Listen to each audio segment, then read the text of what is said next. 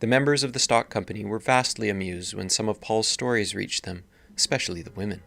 They were hard-working women, most of them supporting indigent husbands or brothers, and they laughed rather bitterly at having stirred the boy to such fervid and florid inventions. They agreed with the faculty and with his father that Paul's was a bad case. The eastbound train was plowing through a January snowstorm. The dull dawn was beginning to show gray when the engine whistled a mile out of Newark. Paul started up from the seat where he had lain curled in uneasy slumber, rubbed the breath-misted window glass with his hand, and peered out. The snow was whirling in curling eddies above the white bottom lands, and the drifts lay already deep in the fields and along the fences, while here and there the long dead grass and dried weed stalks protruded black above it. Lights shone from the scattered houses, and a gang of laborers who stood beside the track waved their lanterns. Paul had slept very little, and he felt grimy and uncomfortable. He had made the all-night journey in a day coach, partly because he was ashamed, dressed as he was, to go into a Pullman, and partly because he was afraid of being seen there by some Pittsburgh businessman, who might have noticed him in Denny and Carson's office. When the whistle awoke him, he clutched quickly at his breast pocket, glancing about him with an uncertain smile. But the little clay-bespattered Italians were still sleeping, the slatternly women across the aisle were in open-mouthed oblivion, and even the crummy, crying babies were for the nonce stilled. Paul settled back to struggle with his impatience as best he could. When he arrived at the Jersey City station, he hurried through his breakfast, manifestly ill at ease and keeping a sharp eye about him. After he reached the 23rd Street station, he consulted a cabman and had himself driven to a men's furnishing establishment that was just opening for the day. He spent upward of 2 hours there, buying with endless reconsidering and great care. His new street suit he put on in the fitting room. The frock coat and dress clothes he had bundled into the cab with his linen. Then he drove to a hatter's and a shoe house. His next errand was at Tiffany's, where he selected his silver and a new scarf pin. He would not wait to have his silver marked, he said. Lastly, he stopped at a trunk shop on Broadway and had his purchases packed into various traveling bags. It was a little after 1 o'clock when he drove up to the Waldorf, and after settling with the cabman, went into the office. He registered from Washington. He said his mother and father had been abroad, and that he had come down to await the arrival of their steamer. He told his story plausibly and had no trouble, since he volunteered to pay for them in advance, in engaging his rooms, a sleeping room, sitting room, and bath. Not once, but 100 times Paul had planned this entry into New York.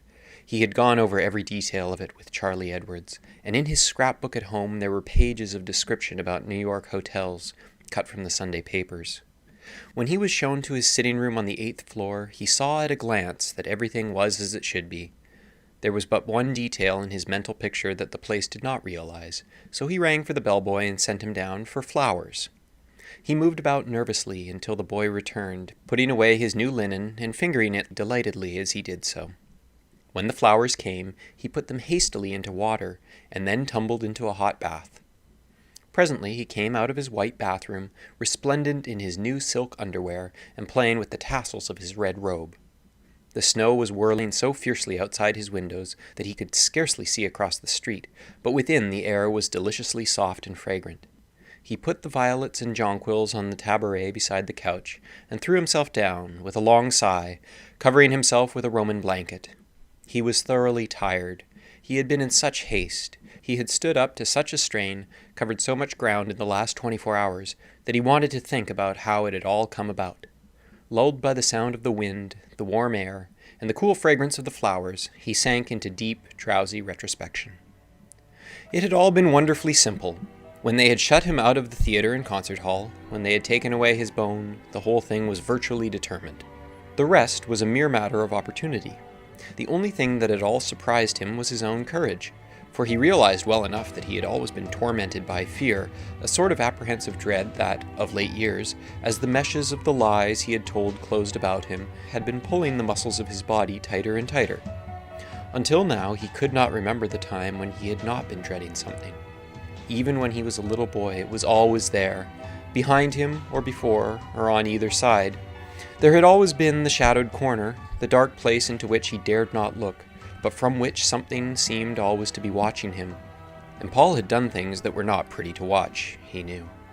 But now he had a curious sense of relief, as though he had at last thrown down the gauntlet to the thing in the corner. Yet it was but a day since he had been sulking in the traces, but yesterday afternoon that he had been sent to the bank with Denny and Carson's deposit, as usual. But this time he was instructed to leave the book to be balanced.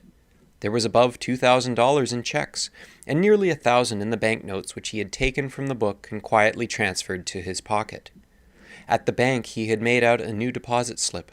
His nerves had been steady enough to permit of his returning to the office, where he had finished his work and asked for a full day's holiday tomorrow, Saturday, giving a perfectly reasonable pretext. The bank book, he knew, would not be returned before Monday or Tuesday, and his father would be out of town for the next week. From the time he slipped the banknotes into his pocket until he boarded the train for New York, he had not known a moment's hesitation. It was not the first time Paul had steered through treacherous waters. How astonishingly easy it had all been. Here he was, the thing done, and this time there would be no awakening, no figure at the top of the stairs. He watched the snowflakes whirling by his window until he fell asleep.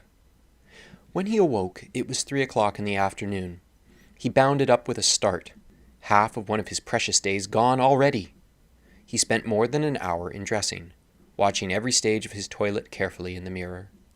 Everything was quite perfect. He was exactly the kind of boy he had always wanted to be. When he went downstairs, Paul took a carriage and drove up Fifth Avenue toward the park. The snow had somewhat abated. Carriages and tradesmen's wagons were hurrying soundlessly to and fro in the winter twilight. Boys in woolen mufflers were shoveling off the doorsteps. The avenue stages made fine spots of color against the white street. Here and there on the corners were stands, with whole flower gardens blooming under glass cases, against the sides of which the snowflakes stuck and melted.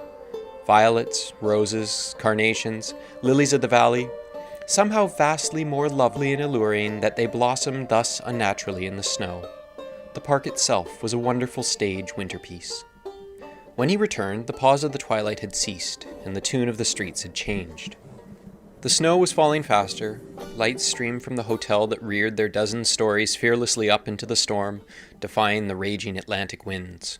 A long black stream of carriages poured down the avenue, intersected here and there by other streams, tending horizontally. There were a score of cabs about the entrance of his hotel, and his driver had to wait. Boys in livery were running in and out of the awning stretched along the sidewalk, up and down the red velvet carpet laid from the door to the street. Above, about, within it all was the rumble and roar, the hurry and toss of thousands of human beings as hot for pleasure as himself, and on every side of him towered the glaring affirmation of the omnipotence of wealth. The boy set his teeth and drew his shoulders together in a spasm of realization. The plot of all dramas, the text of all romances, the nerve stuff of all sensations was whirling about him like the snowflakes.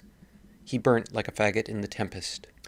When Paul went down to dinner, the music of the orchestra came floating up the elevator shaft to greet him. His head whirled as he stepped into the thronged corridor, and he sank back into one of the chairs against the wall to get his breath. The lights, the chatter, the perfumes, the bewildering medley of color. He had, for a moment, the feeling of not being able to stand it. But only for a moment. These were his own people, he told himself. He went slowly about the corridors, through the writing rooms, smoking rooms, reception rooms, as though he were exploring the chambers of an enchanted palace, built and peopled for him alone. When he reached the dining room, he sat down at a table near a window. The flowers, the white linen, the many-colored wine glasses, the gay toilettes of the women, the low popping of corks, the undulating repetitions of the Blue Danube from the orchestra, all flooded Paul's dream with bewildering radiance. When the roseate tinge of his champagne was added, that cold, precious bubbling stuff that creamed and foamed in his glass, Paul wondered that there were an honest man in the world at all. This was what all the world was fighting for, he reflected. This was what all the struggle was about. He doubted the reality of his past. Had he ever known a place called Cordelia Street?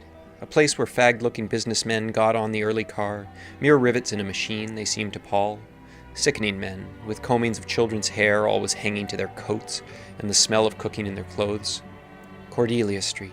Ah, that belonged to another time and country. Had he not always been thus? Had he not sat here night after night, from as far back as he could remember, looking pensively over just such shimmering textures, and slowly twirling the stem of a glass like this one between his thumb and middle finger? He rather thought he had. He was not in the least abashed or lonely. He had no especial desire to meet or know any of these people. All he demanded was the right to look on and conjecture, to watch the pageant. The mere stage properties were all he contended for. Nor was he lonely later in the evening, in his lodge at the Metropolitan. He was now entirely rid of his nervous misgivings, of his forced aggressiveness, of the imperative desire to show himself different from his surroundings. He felt now that his surroundings explained him. Nobody questioned the purple. He had only to wear it passively.